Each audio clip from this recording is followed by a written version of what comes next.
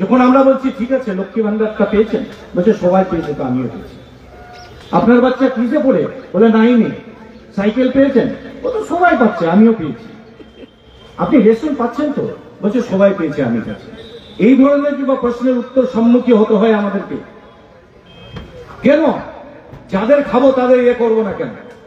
যার আপনি খাবেন তার করবেন। মোটামুটি রেশন থেকে শুরু করে আপনাদের যে একটা ভাতা দেওয়া হয় সেটা কিংবা দিয়েছে, তো তার প্রতি আপনাদেরকে কৃতজ্ঞ থাকা উচিত।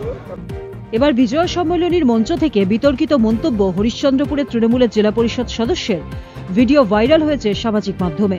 যদিও সেই ভিডিও সত্যতা যাচাই করেনি উত্তরবঙ্গ সংবাদ অনলাইন। যার খাবে তার গুণ গাইতে হবে, রাজ্য সরকারের বিভিন্ন ভাতা প্রসঙ্গে মন্তব্য তৃণমূল নেতা তথা এলাকার জেলা পরিষদ সদস্য বুলবুল খানের।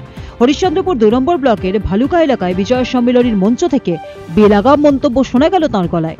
তিনি বলছেন, অনেক মহিলাদের কাছে শুনি তারা সরকারের কোনো সুযোগ সুবিধে পাচ্ছেন না, কিন্তু যখন জিজ্ঞেস করি লক্ষ্মীর ভান্ডার পাচ্ছেন, তখন বলেন পাচ্ছেন। অনেকে আছেন সাইকেল পেয়েও বলছেন সাইকেল পাই না।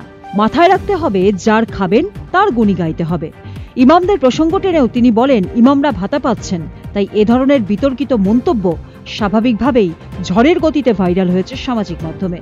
বুলবুল খানের এই মন্তব্য শোনার পর জেলা বিজেপি কমিটির সদস্য কিষাণ কেডিয়ার অভিযোগ, তৃণমূল বাংলার মানুষকে অপমান করছে, কারণ মানুষের করের টাকায় সরকার চলে।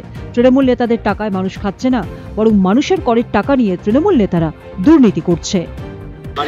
আজকে একটা কথা বলি, মুখ্যমন্ত্রী মাননীয় মুখ্যমন্ত্রী মমতা ব্যানার্জি যে প্রকল্পগুলো বাড়ি বাড়ি করছে, কি নেই এখানে সব রকম লোকের জন্য, এখানে সব রকম সুবিধা করেছে, তো মানুষ কোথায় করবে? মুখ্যমন্ত্রীর পাশে আছে আর থাকবে না।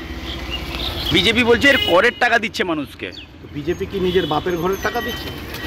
বিজেপি কি বাপের ঘরের টাকা দিচ্ছে? আমাদের ভারতবর্ষের টাকাকে, আমাদের যে ট্যাক্সের টাকাকে বিজেপি তো দিচ্ছে। এখানে এটা কোনো ব্যাপার নয়। দেখুন, আমাদের টাকা আমাদেরকে ঠিকঠাকভাবে পৌঁছে দেওয়ার একটা ব্যবস্থা করেছে মমতা ব্যানার্জি, তো তাকে নিয়ে দোষারোপ করে তো লাভ নেই। বিজেপি আজকে ধরুন কি এ তো কাজে ব্যবহার করছে, বিজেপি পোস্টারিংয়ে ব্যবহার করছে, আইটি সেলে ব্যবহার করছে। আপনারা জানেন যে সাধারণ মানুষ যে করের টাকা জমা হচ্ছে, সেই টাকাতে তো প্রচুর দুর্নীতি আছে, সেই টাকা নিয়ে তো খেলা খেলছে তৃণমূল।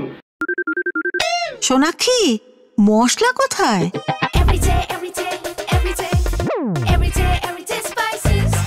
এভরিডে মশলা, দেশের স্বাদ। রামকৃষ্ণ আইভিএফ সেন্টার, মা হওয়ার স্বপ্ন পূরণ।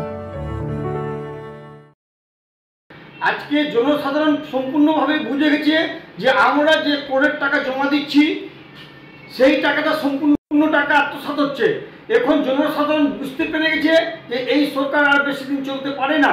এই সাধারণ মানুষ 2026-এ এই সরকারকে ছুঁড়ে ফেলে দিবে। হরিশ্চন্দ্রপুর থেকে সৌরভ মিশ্রের রিপোর্ট, উত্তরবঙ্গ সংবাদ।